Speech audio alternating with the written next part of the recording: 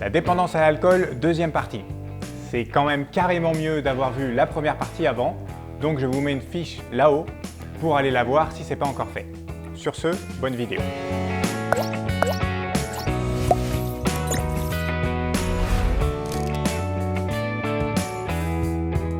Bon alors, la génétique, ça joue pas mal dans la dépendance à l'alcool, ok. Et ce qui n'est pas génétique, alors ça vient d'où? Déjà, pense qu'on ne peut pas poser le diagnostic trop tôt.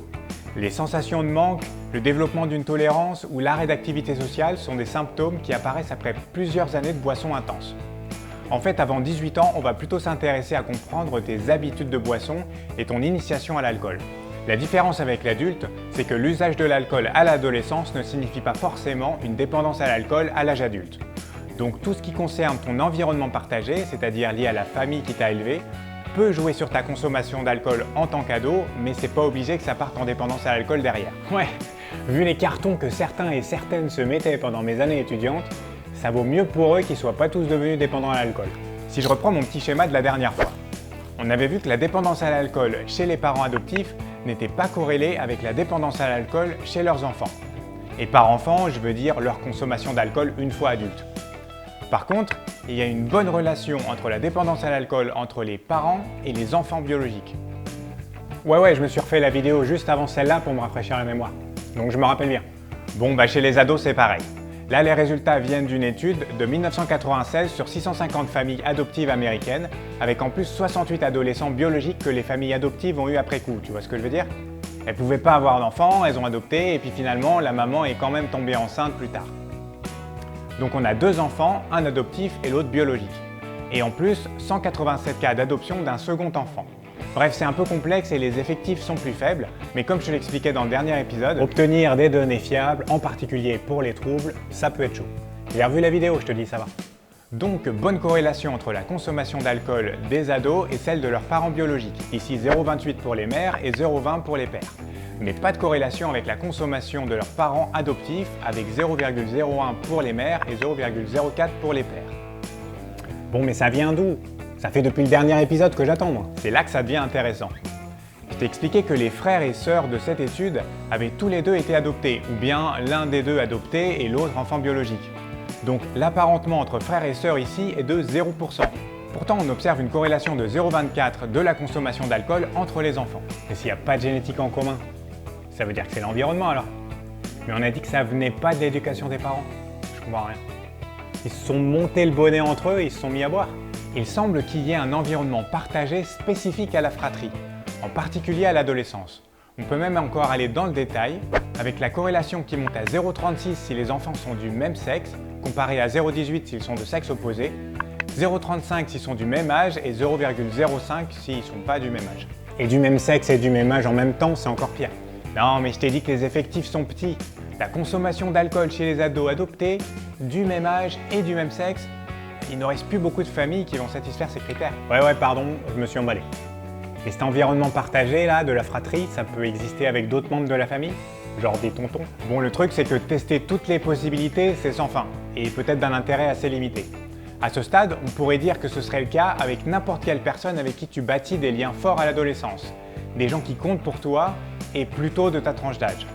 Et ça marche avec des gens qui ne sont pas forcément apparentés avec toi. Ouais, non, c'était de la curiosité.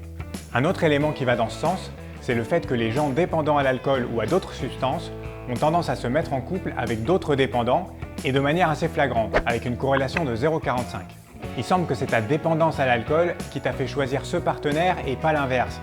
Tu ne serais pas devenu dépendant à cause de ce partenaire-là. Non, c'est pas ça. Ouais, comme on l'avait vu dans cet épisode-là, on choisit les partenaires en fonction de ce qui est arrivé dans la vie et pas vraiment en fonction de notre génétique.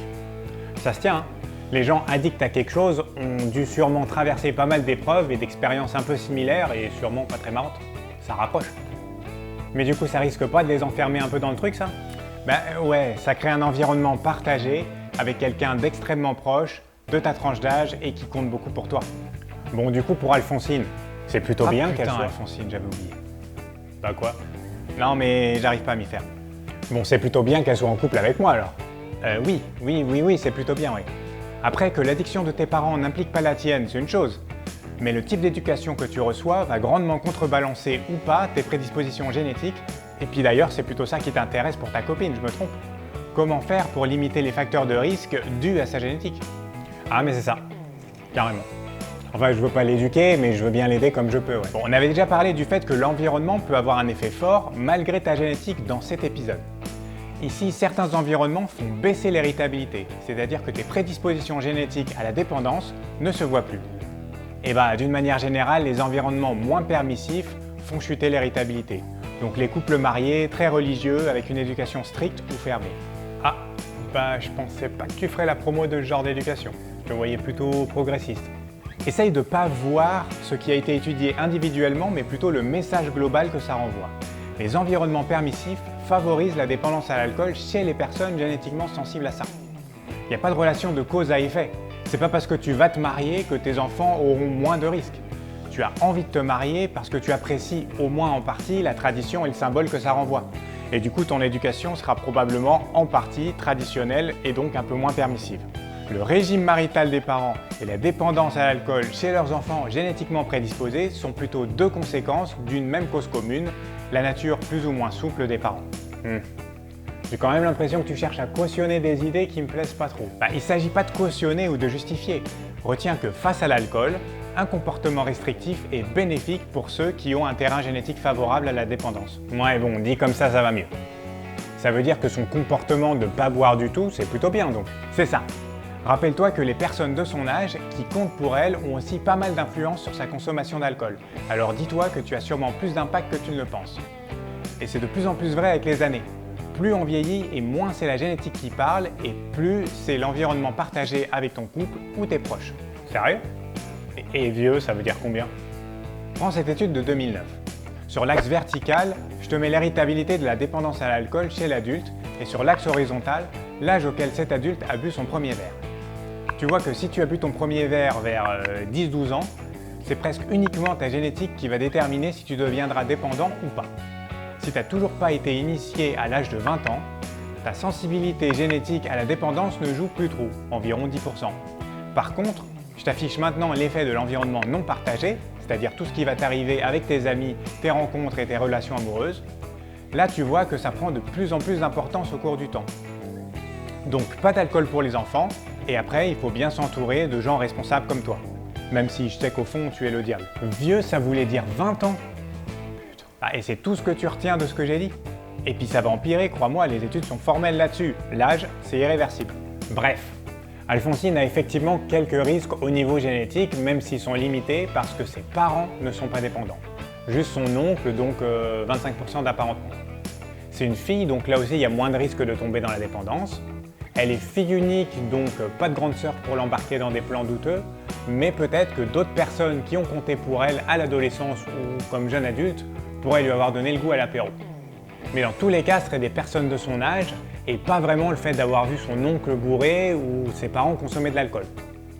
Je crois pas qu'elle soit particulièrement religieuse ou ayant reçu une éducation stricte, et ça c'est plutôt un facteur de risque. Par contre, elle-même, elle s'impose une sacrée discipline pour se tenir éloignée de l'alcool et c'est probablement un truc comme ça qu'il faut faire. Parfait. J'ajouterais que tant qu'elle vit ça bien, ton rôle c'est plutôt de l'aider à continuer dans cette voie et de la déculpabiliser autant que faire se peut.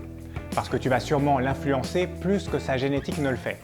Vu qu'elle doit être dans la trentaine, un truc comme ça. Ouais, c'est ça.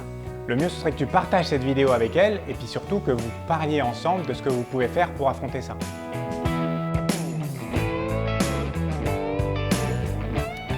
Voilà, je suis très content d'avoir abordé ce sujet qui était en fait bien plus fat que ce que j'imaginais à la base. J'espère que j'ai su en faire un truc un peu sympa à regarder et puis surtout que vous avez appris des choses. Comme d'habitude, je suis super preneur de vos retours.